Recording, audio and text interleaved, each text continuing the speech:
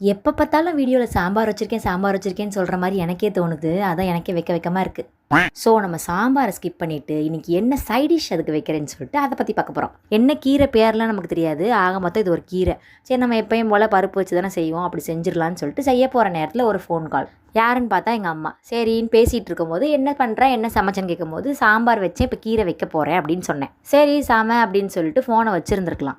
அப்படி பண்ணாமல் சாம்பார்லேயும் பருப்பு கீரையிலையும் பருப்பா, நல்லா இருக்காது அந்த காம்பினேஷனு, நான் சொல்கிற மாதிரி வெய்யி, அப்படி மட்டும் நீ செஞ்சீன்னா அந்த பருப்பு கீரையே நீ விட்டுருவ, இப்படி தான் செய்ய ஆரம்பிப்பேன், அவ்வளோ நல்லா சுள்ளுன்னு இருக்கும் அப்படின்னாங்க. சரி நம்மளும் இப்படியே வைக்கிறோமே, கொஞ்சம் டிஃப்ரெண்ட்டாக வச்சு தான் பார்ப்போமேன்னு சொல்லிட்டு சரி நான் இதை வீடியோவாகவும் யூஸ் பண்ணிக்கிறேன்னு சொல்லிட்டு வீடியோ எடுக்க ஆரம்பிச்சிட்டேன்.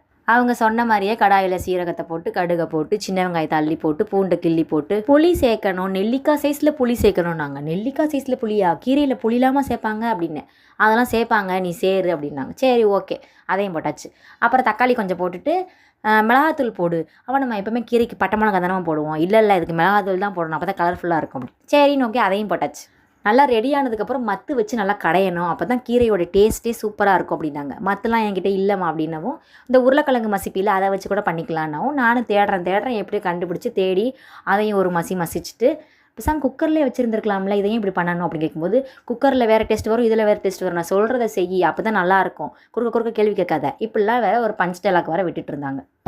செஞ்சும் முடிச்சாச்சு. சரி இது பத்தாது, நம்மளுக்கு எக்ஸ்ட்ராவாக மீல் மேக்கர் செஞ்சுக்கலாம் அப்படின்னு சொல்லிட்டு மீல் மேக்கரை கொஞ்சமாக போடாமல் நான் வடக்கு அள்ளி போட்டுட்டேன். எதுக்கு கொஞ்சம் கொஞ்சமாக வச்சு வேஸ்ட்டாக தான் போகுது, மொத்தமாக போட்டுடலான்ட்டு மொத்தமாக செஞ்சு அது வந்து புளிஞ்சா கை வழியாலாம் தண்ணி ஓடியாருது.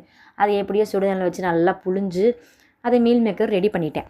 நானும் பிளேட்லலாம் எல்லாத்தையும் எடுத்து வச்சுட்டு உங்களுக்கு வீடியோவில் காமிக்கிறேன்னா காமிச்சிட்டு சாப்பிட போயிட்டேன். சாப்பிட்டு பார்த்தா இந்த மாதிரி ஒரு கன்றாவியான கேவலமான கீரையை இது வரைக்கும் நான் செஞ்சதே இல்லை, சாப்பிட்டதும் இல்லை. இந்த புளிக்குழம்புல தெரியாமல் நம்ம கீரையை டவக்குன்னு உள்ளே போட்டுட்டு ஐயோ உள்ளே விழுந்துருச்சுன்னு எடுத்து நம்ம வாயில் போட்டோம்னா எப்படி இருக்கும், அது மாதிரி தான் இருந்துச்சு.